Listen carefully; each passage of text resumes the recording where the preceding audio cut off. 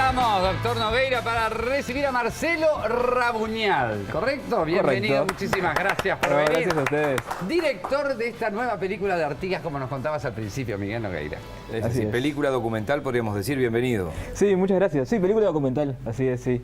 Es un largometraje documental, dura 1 hora 10, así que ya entra dentro del largometraje. Detrás del mito, ¿cuál podría ser el mito que querías desentrañar, por ejemplo? Y bueno, en realidad el mito, en la acepción no tanto de la mentira, digamos, porque a veces algunos se confunden y se ofenden un poco, sino el mito en cuanto a crear un héroe, ¿no? Digamos, al héroe que es Artigas para nosotros, ¿no? Esa cuestión como de referente, más allá de... Lo que nosotros queríamos hacer es contar un poco la historia del cuadro de Blanes, discutir un poco ese cuadro que todos conocemos y que mucha gente piensa que es Artigas en realidad, partir de esa discusión para discutir un poco sobre si Artigas, el Artigas que conocemos, es real o es más una construcción necesaria para la nación, digamos. Eso no fue una decisión de Blanes, eso fue una decisión de quién o de quiénes en su momento. Es decir, De hacer el cuadro, en realidad el cuadro sí se lo encarga Máximo Santos, digamos, para un concurso que había para hacer la estatua de la Plaza Independencia, pero el cuadro en sí que conocemos no llega a ningún lado, porque Blanes lo hace, pero lo deja abandonado en su taller. es el de Artigas en la Ciudadela. El de Artigas en la Puerta de la Ciudadela. Y queda abandonado ahí, y es después que muere Blanes que llega con la sucesión con un montón de otros cuadros a Montevideo. Ah, mirá vos. Sí, hay que decir además que Artigas no llega a la Plaza Independencia hasta casi 40 y pico años después de ese pedido de Santos, Sí, ¿no? sí, claro, en En ese la momento gana En una la- estatua, pero nunca se En realiza. la plaza estaba Joaquín Suárez. Sí, Que es la exactamente. misma estatua de Suárez que está en la Graciada y Suárez, obviamente, ¿no? Era la que estaba en la Plaza de Independencia. Seguro, porque lo que pasa es que él lo contará mejor, pero estaba muy dividida la sociedad uruguaya, sobre todo la sociedad política, a quién poner. Y bueno, y a pesar de que era un gobernante de la época de la Guerra Grande, sí que representaba parte del país, entre otras cosas abolió la esclavitud 20 y pico de años antes que Estados Unidos. Era una figura que lograba un consenso Suárez.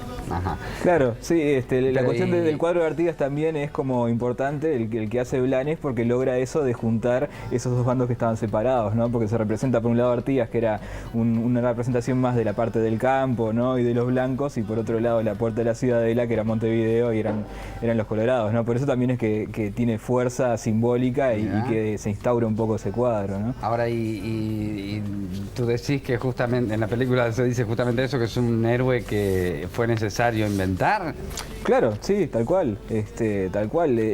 La mayoría de, bueno, todos los historiadores y el antropólogo y la socióloga que aparecen en la película dicen eso, que era una necesidad para unificar a la sociedad en ese momento, ¿no? La sociedad estaba dividida entre blancos y colorados, todavía quedaba eso de la Guerra Grande, de todas las, bueno, de la guerra civil que había en el momento.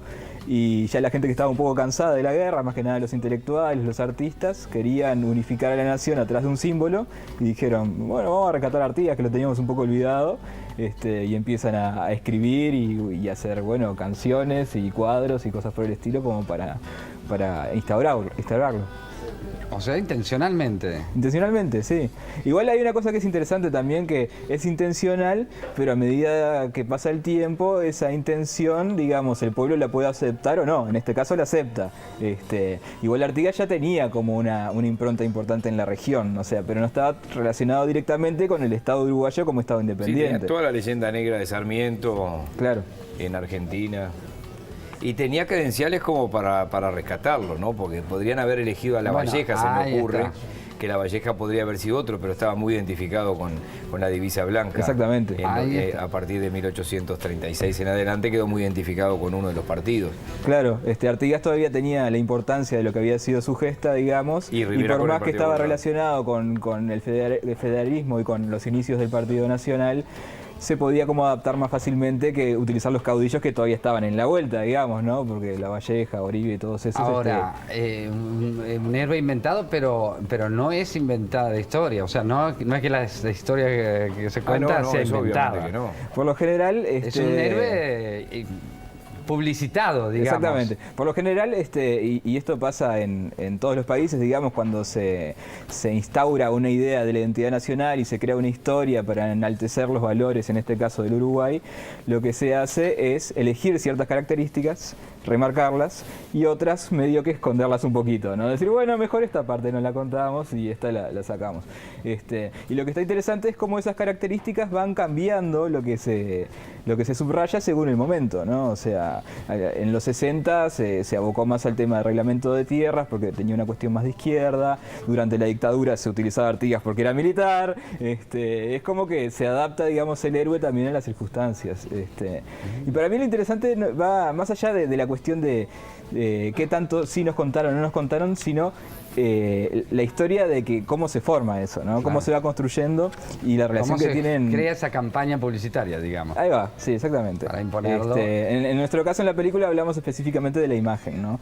Claro. Es como, digamos, hablar de eso me parece que se puede empezar a hablar de todo lo demás, pero nos focalizamos en eso porque no se puede hablar de todo en una película. Entonces hablamos más de las imágenes de Blanes, hablamos bastante de la de Artigas y la de su rostro, y también tocamos un poco el tema de los 33 orientales y ese cuadro. ¿Tiene algo que ver también con la implantación de bustos de Artigas en distintos lugares del...? Sí, bueno, la primera estatua de Artigas la hace Juan Luis Blanes. En realidad la está haciendo y se muere antes de terminarla. Ajá. Y la termina gestionando el padre, que es la estatua esa que la que está en todas las plazas de todas las ciudades. Que está con una espada en una mano y el sombrero en la otra. Claro, sí, acá está en ANCAP, en el BPS, creo, hay también un montón. Está en la Avenida de las Américas de Washington, es decir, donde está la OEA, que están todos los héroes latinoamericanos. Está Artigas. Esa la de Artigas es esa. ¡Ay, qué lindo! Sí, que la primera, la original, está en San José. Ah, esa es la primera.